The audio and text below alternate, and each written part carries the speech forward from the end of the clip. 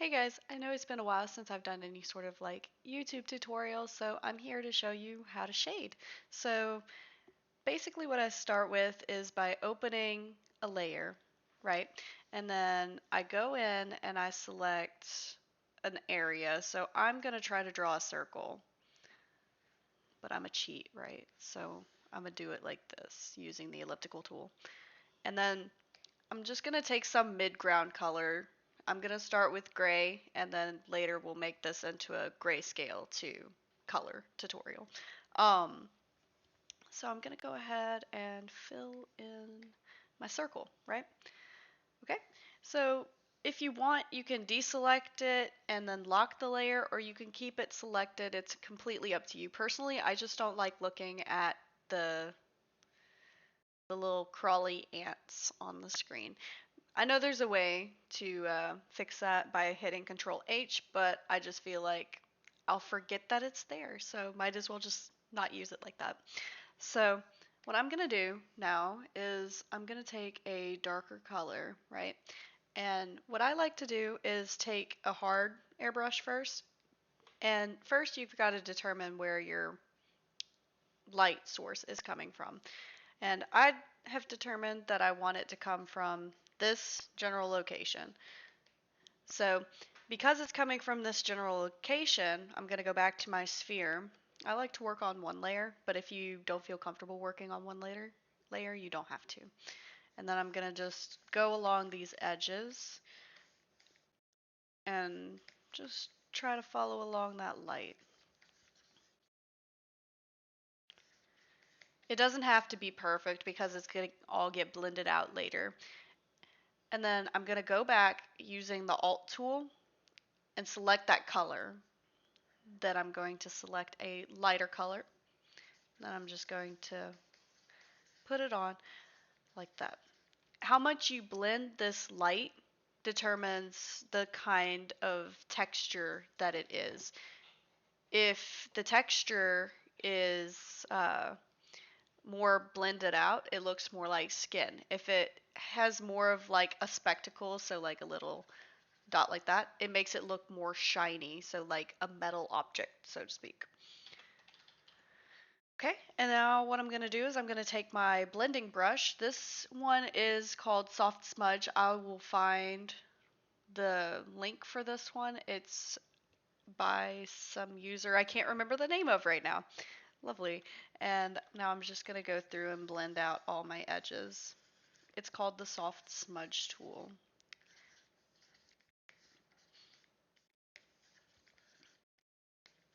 Okay, and now we've got it completely blended out. And what I'm going to do is just take this mid-ground color and then I'm going to change my brush mode to multiply. But I'm going to grab my soft round brush because I want it to be a very nice and smooth gradient. And then it takes a while for the brush to actually work. You've got to do some finicking. Okay, and I'm going to be sure to put in that ambient occlusion down towards the bottom of the page. And I like to go all the way around the edges with it to give it more form and shape so that it's not just stopping and ending on a flat surface. It goes around, so I make it look like it goes around by giving it a little bit of form, and that's by taking a shadow and going around these edges that are closer towards the light. And that gives it form. Okay, now that we've got it to this point, we can go ahead and add the shadow. And I'm going to add the shadow with my soft round brush, and I set the mode to normal once again. And I'm taking it and I'm just going like this. Some people like to take a, like they take a duplicate of this specific layer, and then they like smush it really small and then like flip it onto the ground. But I personally don't like doing that. I feel like it's a little much. It's too sharp, it's too crisp versus getting this perfect shadow. But now we've run into a problem.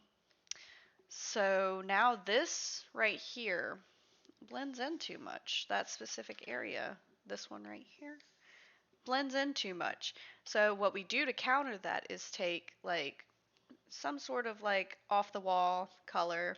So this is going to be your bounce light. I learned this one very on. Bounce light is very, very important to be sure that lines don't connect and they don't end up performing tangents. That's the word, tangents. Okay, and I'm adding back my shadow and then putting more of my bounce light back there. Okay, so now that we've got that, I'm going to do a little bit more refining. And I feel like the spectacle is just not enough. I feel like there could be a little bit more, so I'm going to take an even brighter white and just going right here. Okay, and I just put that entirely on the wrong layer. That's the one struggle about Photoshop, but there's an easy fix to that. So what I'm going to do is take my lasso tool, go around these edges. I'm going to Control C, Control X, Control V, and then I'm going to make sure it's clipped onto the thing below it. I'm talking way too fast and my brain doesn't work as fast as my mouth does. So now I'm going to just merge it down. And there you go. It's fixed. You don't have it on this layer anymore. So what I like to do is I don't like working on a solid white background. It just strains my eyes too much. Even though I have these glasses that cause less eye strain, the white just always has a tendency to do that. So I like to make it a little more gray. Like just a little gray, not too much gray. And then what we can do is we can make it look like there's a wall behind it, right? And then take the gradient tool. If I can find it, it's under the fill bucket. And then make it dark, like say like that, right? And just like that. So now we look at it and it looks more like a wall behind it. If I just hit Control H, you could see what I'm talking about. Looks more like a wall. But I'm going to just select the inverse now and then I'm going to do the same thing.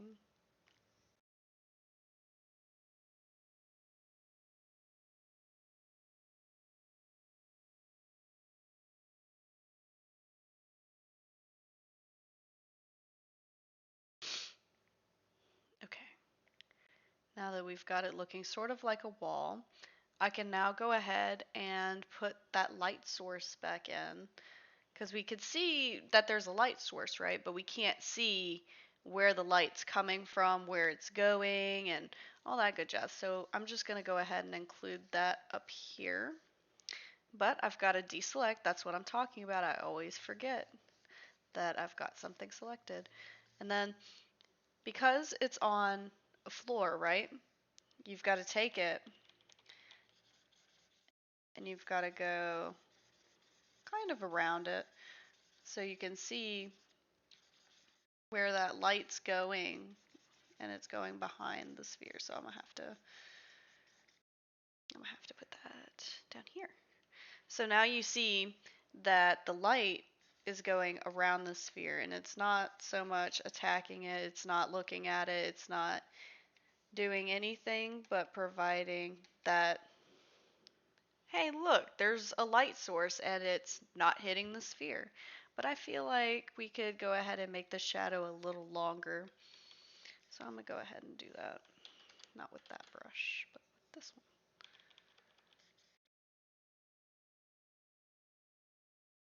Make it more oblong so it looks like the sphere is sitting. Okay, and now we've got our sphere and now it's in a background just living its best life, like you should. We all should live our best lives. That's just the way that things go. But that is how I go about shading. If you have any questions or comments, definitely be sure to let me know. My name is Lumi Bell Art, and you have a wonderful day.